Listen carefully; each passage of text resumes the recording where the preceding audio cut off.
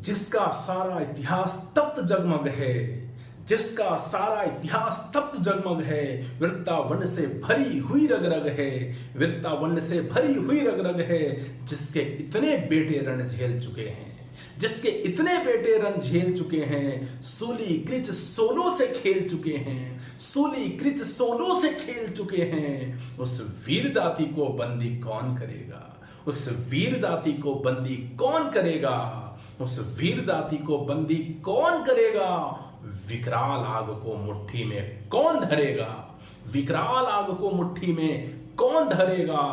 अब जब सिर पर बात आ पड़े तो नहीं डरना है, अब जब सिर पर बात आ पड़े, अब जो सिर पर बात आ पड़े तो नहीं डरना है। जन्मे हैं तो दो बार नहीं मरना है, जन्मे हैं तो दो बार नहीं मरना है। जिसके मस्तक पर खून का तिलक ना लगा हो, उसके जवानी का हक अदा नहीं हुआ। आज सुबह खुशरंग थी क्योंकि कल रात सरहद पर किसी जबाज ने अपनी खून का रंग सूरज के माथे पर मल दिया था। कारगिल के बर्फीली चोटियों पर एक एक मिलीग्राम ऑक्सीजन के लिए तरसते हुए भी कुछ जवाजों ने अपने हाथों से बंदूकें नहीं गिरने दी। तभी हम और आप खुली हवा में, किस्मतें वहां सरती हैं तहखानों में। शोणित के बदले अश्रु, अश्रु जहां बहता है, शोणित के बदले अश्रु जहां बहता है, वह देश कभी स्वाधीन नहीं रहता है, वह देश कभी स्वाधीन नहीं रहता है। हम स्वाधीन हैं क्योंकि 3 मई 1999 से 26 जुलाई 1999 तक कारगिल के बर्फीली चोटियों पर हमने इतना खून बहाया है कि भारत मां का आंचल आज तक लाल है। कौन थे वे जाले, कौन थे वे मतवाले, वो सपूत जिन्होंने प्राण दे दिए पर ऑपरेशन विजय को पराजय नहीं होने दिया। जब दुश्मन का टैंक सरहद लांग कर अंदर आ गया तो गाड़ दे संगीन छातियों में, उतार दे हिंदुस्तानी गोलियों का लोहा दुश्मन के वदन में। न घबराए न डरे, बस मारे और मरे। मां, फौज से मेरी पहली सैलरी आने वाली है, ये कुछ ब्लैंक चेक है, मैं साइन करके पोस्टिंग पर जा रहा हूं, जितने पैसों की जरूरत हो निकाल लेना। पहली सैलरी अकाउंट में आई, लेकिन तब तक कैप्टन सौरभ कालिया अंतिम सांस ले चुके थे। कैप्टन कालिया कारगिल युद्ध के पहले शहीद थे, पहले हीरो। कारगिल में दुश्मनों के घुसपैठ की पहली सूचना एक सिविलियन ने दी थी। तासिर नाम के एक चरवाहे ने कारगिल के ऊंची ऊंची चोटियों पर हथियार बंद पाकिस्तानियों को देखा और इसकी जानकारी इंडियन आर्मी को आकर दी। 14 मई 1999 को कैप्टन कालिया 5 जवानों के साथ पेट्रोलिंग पर निकल गए। वो बजरंग चोटी पर पहुंचे तो देखकर हैरान रह गए कि सचमुच पाकिस्तान की बदजात हुकूमत ने हथियारों से लैस नपुंसक सैनिकों को तैनात कर रखा है। कैप्टन कालिया के टीम के पास न तो बहुत हथियार थे और न ही बहुत गोला बारूद, और तो और साथ सिर्फ 5 जवान। ये तो पेट्रोलिंग पे निकले थे, युद्ध पे थोड़ी। होना तो यही चाहिए था कि कैप्टन कालिया चुपचाप बजरंग चोटी से वापस लौट आते और पाकिस्तानियों को भनक तक न लगती। लेकिन उस खून का कोई क्या करे जो भारत मां के सीने पर गड़े हुए दुश्मनों को देखकर बारूद में बदल जाता है। उन नसों के फटने से कोई कैसे रोके जो सितारा वाली झंडा से तंग आती है। धमनियों में तैरते मां का दूध का उबाल को कोई कैसे संभाले और एक फौजी उस सावन को कैसे भूल जाए जो उसने वर्दी पहनते हुए ली थी।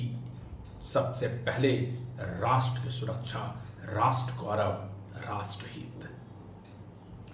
और एक भारतवासी भगवत गीता को कैसे भुला दे जिसमें भगवान श्री कृष्ण ने यह स्पष्ट शब्दों में कहा, स्वधर्मे निधन श्रेय।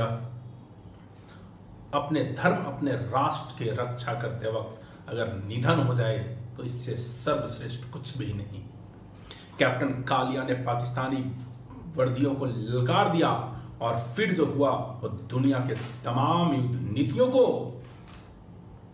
वार कोड्स को, ह्यूमन राइट्स को शर्मिंदा करने के लिए काफी है। एक तरफ इतने सारे पाकिस्तानी, दूसरी तरफ सिर्फ 5 भारतीय सैनिक, वो भी लगभग निहत थे। पाकिस्तानी दानवों ने 22 वर्ष कैप्टन कालिया को बंदी बना लिया और 22 दिन तक कैप्टन कालिया को बेहिसाब टॉर्चर करके मार दिया। जब उनका शव घर आया तो देखने वाले पहचान नहीं पाए। और तो और दूसरों को छोड़ो, वो मां जिसने 9 महीने जिस बेटे को कोख में सहेजा, करोड़ों बार जिसका माथा चुमा, वो तक नहीं पहचान पाई। ये सब मेरे अपने ही बेटे का है। सच ही कहा है किसी ने, खुदा ने ये सिफत दुनिया के हर औरत को बख्शी है। खुदा ने ये सिफत दुनिया के हर औरत को बख्शी है कि वो पागल भी हो जाए तो उसे बेटे याद रहते हैं। लेकिन यादाश्त के कौन से कोने में कैप्टन कालिया की मां अपने मुस्कुराते हुए बेटे की तस्वीर से कटी फटी लाश मैच करती, जिसके चेहरे पर कुछ बचा ही ना था, न आंखें न कान। पाकिस्तानी गिद्धों ने सब नोच कर खा गया था। एक दृश्य देखिए, 60-70 मशीन गन से एक साथ पाकिस्तानी सैनिकों ने गोलियां बरसा रहे हैं, तोपों से भी गोली दागे जा रहे हैं, रॉकेट लॉन्चर और ग्रेनेड लॉन्चर का भी इस्तेमाल हो रहा है। मैं आपकी जानकारी के लिए बता दूं कि मशीन गन की गोलियों की रफ्तार 2900 फीट प्रति सेकंड होती है। अगर वो आपकी बाजू से चली जाए तो आपको लगता है किसी ने आपको जोर का धक्का दिया है, क्योंकि उन गोलियों के साथ एक एयर पॉकेट भी ट्रेवल करता है। कमांडिंग ऑफिसर कर्नल राय कैप्टन मनोज पांडे को ऑर्डर देते हैं, मुझे ऊपर 4 बंकर नजर आ रहे हैं, अपनी प्लेटून को ले जाओ, उन पर हमला करो और उन्हें ध्वस्त कर दो, उन्हें खत्म कर दो। कर्नल राय कहते हैं, कैप्टन पांडे ने 1 सेकंड के लिए भी कोई झिझक नहीं दिखाई और रात के अंधेरे में कड़कती हुई ठंड और भयानक बॉम्बार्डमेंट के बीच ऊपर चढ़ गए। मनोज ने अपनी राइफल के बीच के ब्लॉक को अपनी ऊनी मौजों से ढक रखा था ताकि वो गर्म रहे और बेइंतहा ठंड में जाम न हो जाए। उस समय तापमान ने शून्य से नीचे जा रहा था, लेकिन तब भी सीधी चढ़ाई चढ़ने के कारण भारतीय सैनिकों के कपड़े पसीने से भीग चुके थे। हर सैनिक के पास 1 लीटर पानी की एक बोतल थी, लेकिन आधा रास्ता पार करते करते उनका सारा पानी खत्म हो चुका था। वैसे तो चारों तरफ बर्फ थी, लेकिन बारूद की वजह से वो इतनी प्रदूषित हो चुकी थी कि उसे खाया नहीं जा सकता था। मनोज ने अपने सूखे हुए होठों पर जीभ फहराई, लेकिन उन्होंने अपने पानी के बोतल को हाथ नहीं लगाया। उसमें सिर्फ 1 घूंट पानी बचा था और मनोज अच्छी तरह जानते थे कि मनोविज्ञान कैसे काम करता है। 1 बूंद ही सही, अगर बोतल में पानी है तो जिंदगी बाकी है, उम्मीद बाकी है, हिम्मत बाकी है। वो उस 1 बूंद के पानी को मिशन के अंत तक बचाकर रखना चाहते थे। कर्नल मनोज को नीचे से सिर्फ 4 बंकर दिखाई दिए थे, लेकिन मनोज ने ऊपर जाकर रिपोर्ट किया, सर यहां तो 6 बंकर हैं। हर बंकर से 2-2 मशीन गन आग उगल रहे थे। 2 बंकर जो थोड़ी दूर पर थे, उनको उड़ाने के लिए मनोज ने हवलदार दीवान को भेजा। दीवान ने भी फ्रंटल चार्ज लिया और उन बंकरों को ध्वस्त कर दिया, बर्बाद कर दिया। लेकिन हवलदार दीवान को गोली लगी और वीर गति को प्राप्त हो गए। बाकी बंकरों को ठिकाने लगाने के लिए मनोज और उनके साथी जमीन पर रेंगते रेंगते बिल्कुल उनके करीब पहुंच गए। बंकर को उड़ाने का एक ही तरीका होता है कि उसके लूप होल में ग्रेनेड डालकर उसमें बैठे हुए दुश्मन को खत्म कर दिया जाए। मनोज ने एक एक करके 3 बंकर ध्वस्त कर दिए, लेकिन जब वो चौथे बंकर में ग्रेनेड फेंकने की कोशिश कर रहे थे तो उनके बाएं हिस्से में कुछ गोलियां आकर लगी और वो लहूलुहान हो गए, ध्वस्त करके आते हैं। लेकिन बैठकर देखने वाला पाठ तो कैप्टन पांडे ने पढ़ा ही नहीं था। अपने साथियों से बोले, देखो कमांडिंग ऑफिसर ने काम मुझे सौंपा है, मेरा फर्ज बनता है कि अटैक को लीड मैं करूं और कमांडिंग ऑफिसर को विक्ट्री का साइन भेजूं। बदन से बेतहासा बहते हुए खून को अनदेखा करके और रेंगते हुए चौथे बंकर के बिल्कुल पास पहुंच गए। तब तक उनका बहुत ज्यादा खून बह चुका था। उन्होंने खड़े होकर ग्रेनेड फेंकने की कोशिश ही की, तभी पाकिस्तानियों ने उन्हें देख लिया और मशीन गन स्विंग करके उनके ऊपर 4 गोलियां दाग दी। एक गोलियां उनके हेलमेट से होते हुए उनके माथे को चीरते चली गई। पाकिस्तानी 14.7 mm की मशीन गन इस्तेमाल कर रहे थे। उससे छूटी हुई गोलियों ने कैप्टन मनोज को पूरा सिर उड़ा दिया था और वो जमीन पर गिर गए थे। भारत का सिपाही जमीन पर गिर सकता है, उसका हिम्मत कभी नहीं गिरता, उसके देश प्रेम का पारा कभी नहीं गिरता। मरते मरते पूरी जान लगा के कैप्टन मनोज पांडे ने अपने साथी को ललकारा, ना छोड़ो, यानी इन घुसपैठियों को छोड़ना मत। सांसें थमती गई, नब्ज जमती गई, फिर भी बढ़ते कदम को ना रुकने दिया। कट गए सर हमारे तो कुछ गम नहीं, सर हिमालय का हमने न झुकने दिया। मरते मरते रहा बाकीपन साथियों, अब तुम्हारे हवाले वतन साथियों। सिर्फ 24 साल और 7 दिन की उम्र में कैप्टन मनोज पांडे ने वो कर दिखाया जिनके किस्से हजारों हजार वर्षों तक गाया जाएगा, दोहराया जाएगा। 25 साल का एक नौजवान कैप्टन अनुज नायर, उसे प्यार हो गया था अपने बचपन की दोस्त सिमरन से, और सिमरन भी उसे जान से ज्यादा चाहती थी। सगाई तय हो गई, शादी की तैयारियां भी धीरे धीरे रफ्तार पकड़ने लगी। दोनों के घर वाले बहुत खुश थे, दोस्त भी खुश थे।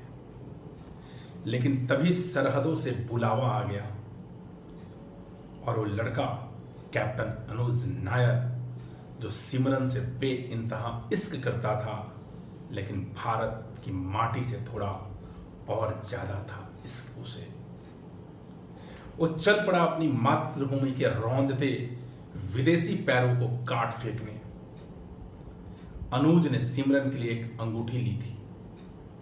उसने अपने एक सीनियर को देकर कहा, सिमरन को दे दीजिएगा। सीनियर ने कहा, मैं क्यों दूं? तुम ही वापस आकर देना। अनुज मुस्कुराए और बोले, मैं जंग पर जा रहा हूं, वापस आने का वादा नहीं कर सकता। मैं लौटने के इरादे से जा रहा हूं, मगर सफर है, मेरा इंतजार मत करना। अनुज कारगिल आ गए और जब टाइगर हिल पर दुश्मन का कब्जा देखा तो उनका खून खौल उठा। 6000 फीट की ऊंचाई पर टाइगर हिल के पॉइंट 4875 को शत्रु मुक्त कराने की प्रतिज्ञा ली और 6 जुलाई की रात शुरू कर दी उन दुर्गम पहाड़ों के चढ़ाई, जहां एक एक कदम पर मौत अपने बाल खुले नाच रही थी। अनुज जानते थे कि पॉइंट 4875 को दुश्मन से खाली कराए बिना भारतीयों फौजों को आगे बढ़ना मुश्किल है। वो अपने साथियों के साथ दबे पांव आगे बढ़ रहे थे। तभी दुश्मन को उनकी आहट हो गई और उसने अनुज की टीम पर फायर शुरू कर दिया। अनुज गोलियों से कहां रुकने वाले थे। उन्होंने अकेले ही पाकिस्तान के 9 घुसपैठियों को जन्नत में हूरों के पास भेज दिया और जो बच गए वो जान बचा के भाग खड़े हुए। अनुज बुरी तरह घायल हो गए थे, लेकिन हाथों में मशीन गन लेकर आगे बढ़े और दुश्मन का जो बंकर सामने नजर आया उसे तबाह कर डाला। अनुज .4875 पर विजय का तिरंगा फहराने के लिए आगे बढ़ ही रहे थे कि दुश्मन का एक ग्रेनेड सीधा उनके ऊपर आ गिरा और वो शहीद हो गए। अनुज ने सिमरन के साथ जीने मरने का वादा किया था, लेकिन भारत मां का साथ निभाने में सिमरन का साथ छूट गया। एक वादे के लिए दूसरा वादा टूट गया। चौथी कहानी कैप्टन विक्रम बत्रा का।